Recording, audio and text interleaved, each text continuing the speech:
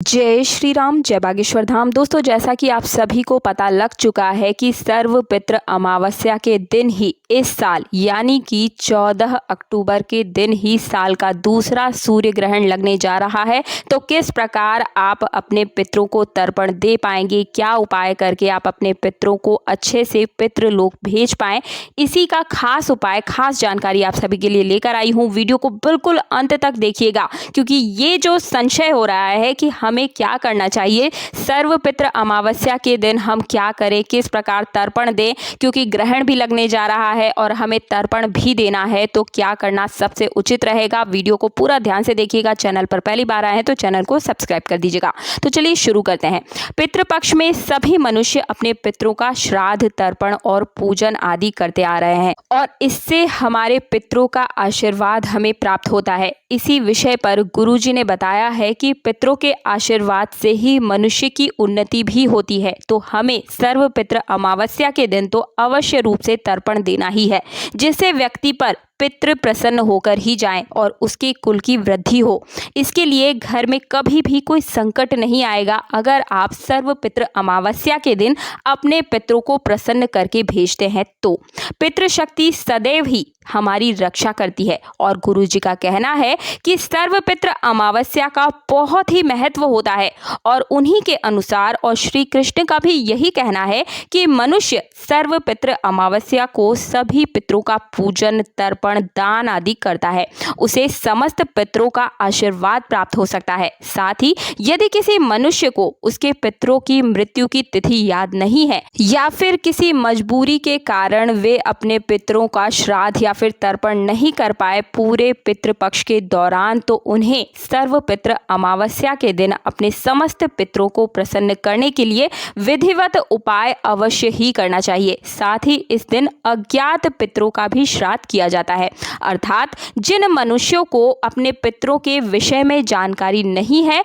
तो वे सर्वपित्र अमावस्या के दिन उनका श्राद्ध कर सकते हैं। ऐसा करने से सभी अज्ञात पितरों को मोक्ष की प्राप्ति होती है। इसी कारण से सर्वपित्र अमावस्या को सर्वपित्र मोक्ष अमावस्या के नाम से जाना जाता है।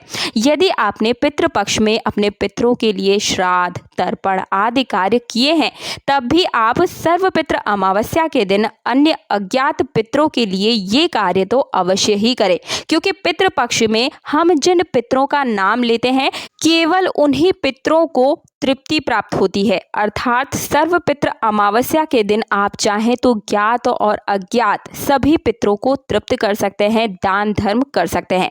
इस वर्ष पितृपक्ष का आरंभ, जैसा कि आप सभी को मैंने बताया था कि 29 सितंबर से हुआ था, जो कि 14 अक्टूबर को समाप्त होगा और इसी दिन लगने जा रहा है साल का दूसरा और अंतिम सूर्य ग्रहण। तो इस दिन सभी मनुष्य अपने पितरों को सम्मान के साथ विदा जरूर कर पाएंगे, लेकिन समय क्या रहेगा आज मैं आपको बताने जा रही हूँ। देखिए, सर्वपित्र अमावस्या के दिन सर्वार्थ सिद्धि योग का महासंयोग रहने वाला है। इसके अलावा ही अलग अलग प्रकार के योग भी बन रहे हैं। शास्त्रीय मान्यता है कि जब शुभ संयोग का अनुक्रम बनता है तो पितृ कर्म का कई गुना अधिक शुभ फल की प्राप्ति आपको होती है। तो चलिए सबसे पहले तो ये जान लेते हैं कि सर्वपित्र अमावस्या की तिथि कब से शुरू होने जा रही है। तो वैसे तो इस साल सर्वपित्र अमावस्या 14 अक्टूबर 2023 को पड़ रही है। सर्वपित्र अमावस्या यानी कि पितृपक्ष की आखिरी तिथि ये होती है। अमावस्या तिथि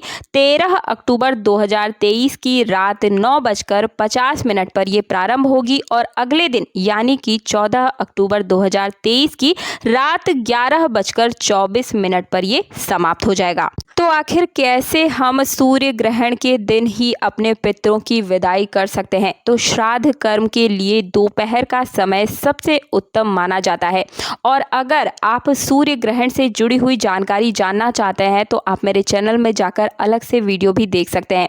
तो इस दिन श्राद्ध का जो सबसे सही समय होने वाला है वो है सुबह 11:44 से लेकर के दोपहर 12:30 तक ये रहने वाला है।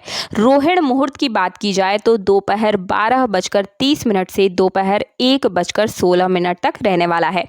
तो आपको इसी समय के दौरान अपने पितरों का तर्पण कर लेना है, उनकी विदाई कर लेनी है। तो ये तो थी समय की बात कि किस समय हमें अपने पितरों की विदाई करनी है, और अब मैं आप सभी को एक खास उपाय भी बताने जा रही हूँ। दोस्तों, वैसे तो आप सभी ने पितृ पक्ष में अपने कई प्रकार के उपायों को किया होगा ताकि आपके पितृ आपको आशीर्वाद अवश्य ही प्रदान करके ही जाएं। किंतु यदि सर्व पितृ अमावस्या के दिन आप भगवान श्री कृष्ण द्वारा बताए गए इन विशेष उपायों को करते हैं तो आपके पितृगण अत्यंत संतुष्ट होकर परलोक में सिधारते हैं, जाते हैं।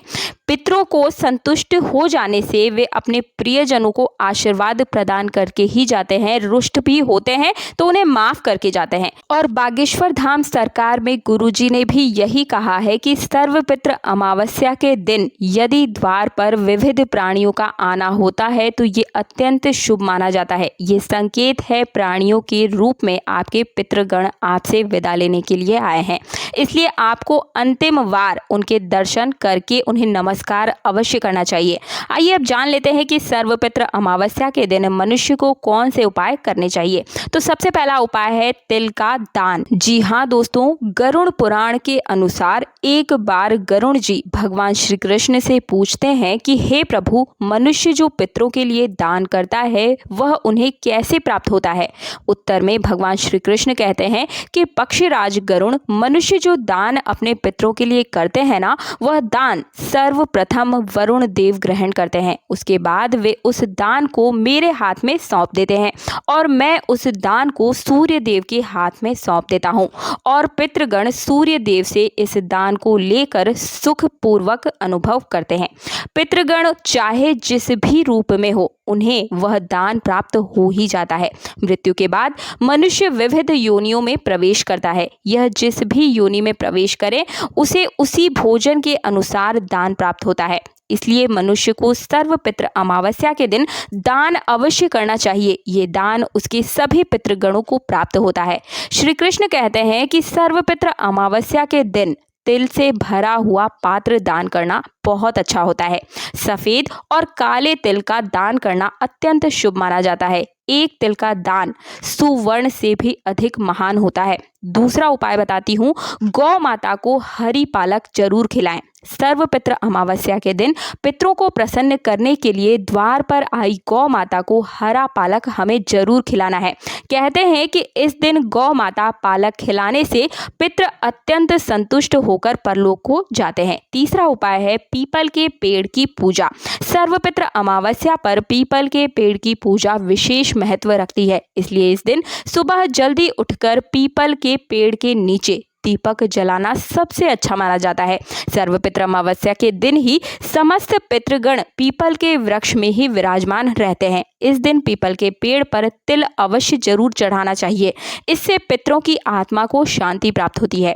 चौथा उपाय है कौवे को भोग लगाएं। सर्वपितृ अमावस्या के दिन पितरों के लिए जो भी भोजन बनाया गया हो उसका थोड़ा सा भाग ही जरूर ही आपको कौवों को प्रदान करना चाहिए। इससे पितृगण अत्यंत ही प्रसन्न हो जाते हैं और शास्त्रों के अनुसार भी कौवे को चढ़ाया हुआ भोग यमलोक में उपस्थित सभी पितरों को प्राप्त होता है। अब जैसा कि मैंने आप सभी को बताया कि 14 अक्टूबर को ही सूर्य ग्रहण भी लगने जा रहा है, तो आप सभी उसका सही समय भी नोट कर लीजिए। साल का दूसरा सूर्य ग्रहण 14 अक्टूबर को रात्रि 8:34 पर प्रारंभ होगा और रात्रि 2:25 पर ये समाप्त हो जाएगा। तो आप सभी को दोपहर के समय में ही अपने अपने पितरों को अच्छे से विदाई दे देनी है, दान दे देना है और उन्हें तर्पण करके यमलोक के लिए अच्छे से उनकी विदाई कर देनी है। तो मुझे उम्मीद है मेरे द्वारा दी गई जानकारी से आप सभी को संतुष्टि मिली होगी।